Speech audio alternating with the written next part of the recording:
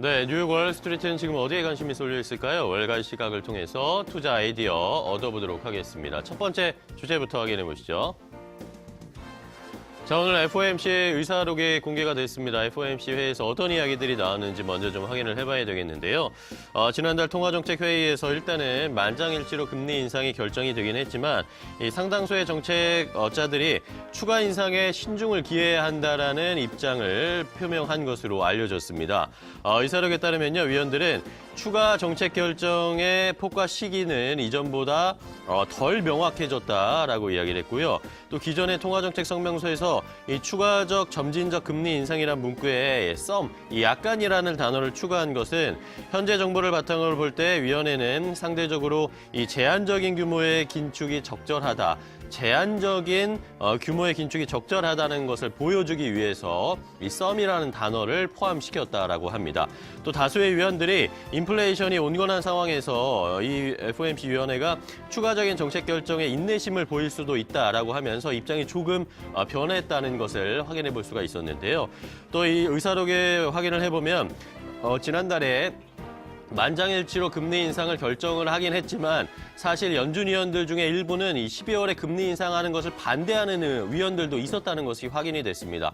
결론적으로는 일단은 만장일치로 결정을 했지만 이 위원들의 내부 심리 마음속에는 12월 금리 인상이 조금 좋지 않을 수도 있다는 것들이 표명이 되는 상황이었고요. 자, 이러면서 12월의 금리 인상으로 인해서 기준금리가 거의 중립금리 추정 수준의 이 밴드 하단에 근접을 했다라고 의사록에 조금 표현이 되어 있었습니다. 이러면서 앞으로의 금리 인상 여부 어떻게 될지는 관심이 계속 모아지고 있는 상황이고요. 일단은 시장에선 이런 연준 의사록에 긍정적인 반응들이 이어지는 상황이었습니다. 자, 다음 살펴볼 이야기 트럼프 대통령의 이야기 확인을 해봐야 되겠습니다. 트럼프 대통령은 여전히 멕시코 국경 장벽 설치해야 되겠다라고 강하게 어필을 하고 있었고요. 의회의 승인 거치지 않고도 본인이 직접 건설할 수도 있을 것이다 라고 강하게 역시 드라이브는 거는 모습이었습니다.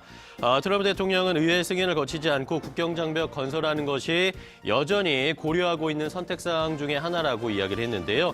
월스트리트 저널 그리고 로이터 통신 이런 외신들의 보도에 따르면요. 트럼프 대통령은 만약 의회가 국경장벽 건설과 관련된 다른 해결책을 찾지 못한다면 다른 방법을 트럼프 대통령이 직접 찾을 것이다 라고 이야기를 했습니다. 이러면서 국가 비상사태를 선언할 권리가 트럼프 대통령 본인에게 가지고 있고 만약 의회가 협상에 도달하지 못하면 본인도 한계에 이르러서 이런 선택을 할 수밖에 없다라고 하면서 다시 압박을 거는 모습이었습니다. 자, TV를 통해서 연설도 했고 오늘 조금 전에 또 민주당의 이 낸시 펠로시 하원 의장과 척 슈머 상원 원내대표를 만나는 이 회담도 진행이 됐습니다. 그런데 회담이 오늘 30분 만에 바로 끝나버렸다라는 외신들의 보도도 조금 전에 속속들이 좀 나오고 있었는데요. 만나서 회동을 거치고 이야기를 했지만 결국에는 또다시 의견 차이만 확인을 하고 회담이 종료가 됐고요. 트럼프 대통령이 여기에서 30분 만에 회담장을 박차고 나갔다라는 소식까지 전해졌습니다. 자, 이러면서 회담에서 30분 만에 뛰쳐나간 트럼프 대통령이 바로 트위터를 또 올렸는데 트위터를 통해서 이번 회동 전혀 진전된 게 없다. 완전히 시간 낭비였다라고 이야기를 하면서 불만 섞인 이야기를 그대로 표출하는 것까지 확인해 볼 수가 있었는데요. 과연 이 국경장벽과 관련된 민주당과의 의견 차이는 언제쯤 좁혀질 수 있을지 관심이 모아지고 있습니다. 자, 이런 상황에서 이렇게 의견이 계속 엇갈리고 있고 셧다운은 계속 지속이 되고 있습니다. 이런 상황에서 신용평가사 피치는요. 미국 연방정부의 셧다운이 계속 지속이 되면은 미국에 부정적인 영향을 미칠 수 있기 때문에 미국의 신용등급을 트리플 A로 강등할 수도 있다라는 이야기를 했습니다. 자, 어제 말씀드렸던 것처럼 트럼프 대통령이 TV를 통해서 직접 연설을 하는 상황이었는데 이 TV 연설이 끝나자마자 피치가 이런 이야기를 한 것이었습니다. 미국 의회 예산국 데이터를 살펴보면 부채 수준이 높아지고 있고 향후 10년 동안 미국 정부의 이자 부담이 대폭 증가한다는 것을 알 수 있다라고 피치가 분석을 했고요. 이러면서 이를 해결하기 위해서 재정적 조치에 빠르게 나서지 않게 되면 재적 적자가 계속 확대돼서 부채 이자를 지불하기 위해서 부채를 늘리는 이어지는 악순환에 이 미국 정부가 빠져들 수 있을 것이다라고 우려 섞인 목소리를 내비쳤습니다.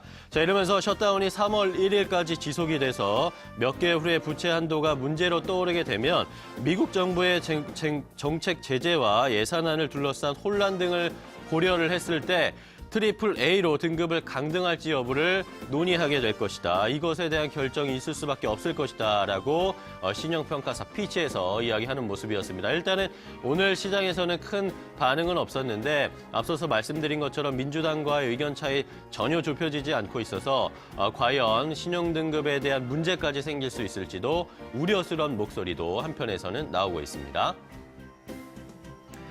자, 마지막으로 살펴볼 이야기, 이제 뉴욕에서도 어닝 시즌 본격적으로 시작이 되고 있는데 이것에 대한 평가들이 엇갈리고 있어서 미국 기업들의 실적이 어떻게 나올지도 관심이 모아지고 있습니다.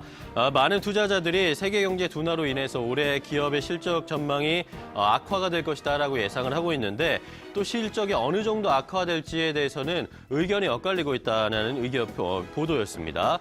지금까지 뉴욕 시장에서 4분기 실적 발표한 기업들이 몇 개 있었습니다. 18개 정도의 기업들이 일단은 빨리 실적을 발표했는데 이 18개 기업 중에 94%는 오히려 시장의 기대를 웃도는 실적을 발표한 것으로 확인이 됐습니다. 하지만 67% 전체적인 뉴욕 시장에 상장되어 있는 67%에 해당되는 기업들의 올해 1분기 실적 전망은 전문가들에 의해서 하향 조정되고 있는데요. 자, 이런 상황에서 기업 실적이 어느 정도로 악화할지에 대해서는 투자자들이 굉장히 엇갈리는 모습이었습니다. 몇몇 투자자들은 지난해 같은 기간에 대비해서 성장이나 하락이 없는 보합권 수준을 유지할 것이다 라고 평가하는 전문가들도 있었고요. 또 한편에서는 한 자릿수 중간 정도의 실적 성장을 그래도 실적이 어느 정도는 성장할 것이다 라고 예상을 하는 전문가들, 이런 의견들이 엇갈리고 있는 현재 월가의 상황입니다. 자, 이러면서 더 많은 회사는 실적 전망을 하향하고 있는 것이 사실이지만 좋은 소식은 이미 시장이 이를 가격에 반응을 해서 가격이 많이 빠졌다라고 평가를 했습니다. 대표적인 예로 삼성전자 예를 들면 실적 좋지 않게 발표를 했는데 최근 들어서 삼성전자 오히려 잠정 실적을 발표하고 나서 반등해주고 있는 것을 봤을 때 전체적으로 이렇게 실적이 좋지 않았지만 주가는 이미 많이 빠져 있다. 그렇기 때문에 너무 우려할 필요는 없다라는 의견들도 있다는 거 잘 체크해 보시기 바랍니다. 자, 월가시가 함께 확인해 봤습니다.